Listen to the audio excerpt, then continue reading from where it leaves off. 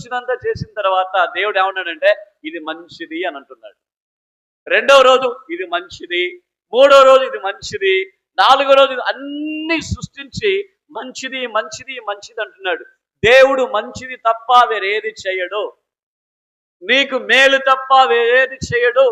ఒకవేళ మీరు అడుగుతున్న విషయాలు మీకు దొరకలేదని, దేవునికి కన్ను లేదా, ముక్కు లేదా, చెవు లేదా, దేవుడు నా ప్రార్థన వినట్లేదా, దేవుడు నాకు సహాయం చేయట్లేదే అని మీరు అంగలార్చవచ్చు, కానీ దేవుడు మీకు మంచిదే ఇస్తాడు. హల్లెలూయా. మీ బిడ్డలు ఐస్ క్రీమ్ అడుగుతారండి, ఐస్ క్రీమ్ అడుగుతారు. మీరు ఎన్ని ఐస్ క్రీములు కొనిస్తారు చెప్పాలా? ఒకటి కొనిచ్చే వాళ్ళు చేతులు ఎత్తండి. నేను ఒక్క ఐస్ క్రీమే కొనిస్తాను, 2 కొనిస్తాననే వాళ్ళు.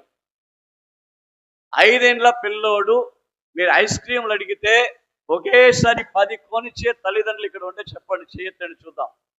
ఒకేసారి 10. మీ దగ్గర డబ్బులు ఉంటాయి, ఎంత మించిపోతే ఒక 100 రూపాయలు,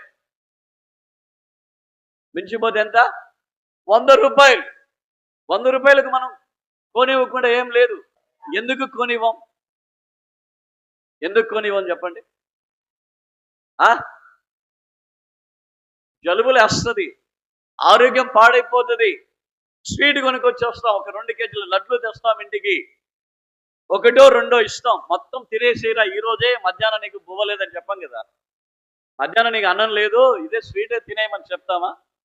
అంటే ఏంటిదంటే కొంచెం కొంచెంగా తిను. దేవుడు కూడా అంతే. దేవుడు కూడా ఏంటిదంటే నీ మేలు కోరే దేవుడు, నీ మంచి కోరే దేవుడు. నువ్వు ప్రార్థన చేసేటప్పుడు అది నీకు ఉపయోగకరంగా ఉంటే ఇస్తాడు, అది నీకు ఆశీర్వదకరంగా ఉంటే ఇస్తాడు.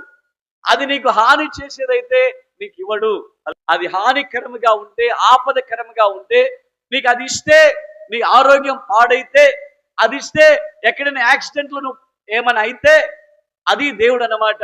మీకు బండ్లు ఇవ్వకుండా పోవడం, లేకపోతే వేరే ఏదో ఒక కార్యాలు మీరు అడిగినవి ఇవ్వకుండా పోవడానికి కారణం ఏంటంటే, ప్రియమైన దేవుని బిడ్డలారా, అందువలన దేవుడిచ్చే ఆశీర్వాదం వలన సైడ్ ఎఫెక్ట్స్ రాకూడదు, ఆటంకాలు రాకూడదు, ఆపదలు రాకూడదు. మీరు మంచిగా ఉండాలని అన్నిటినీ మంచిగానే చేశాడు. దేవునికి స్తోత్రం కలుగును గాక.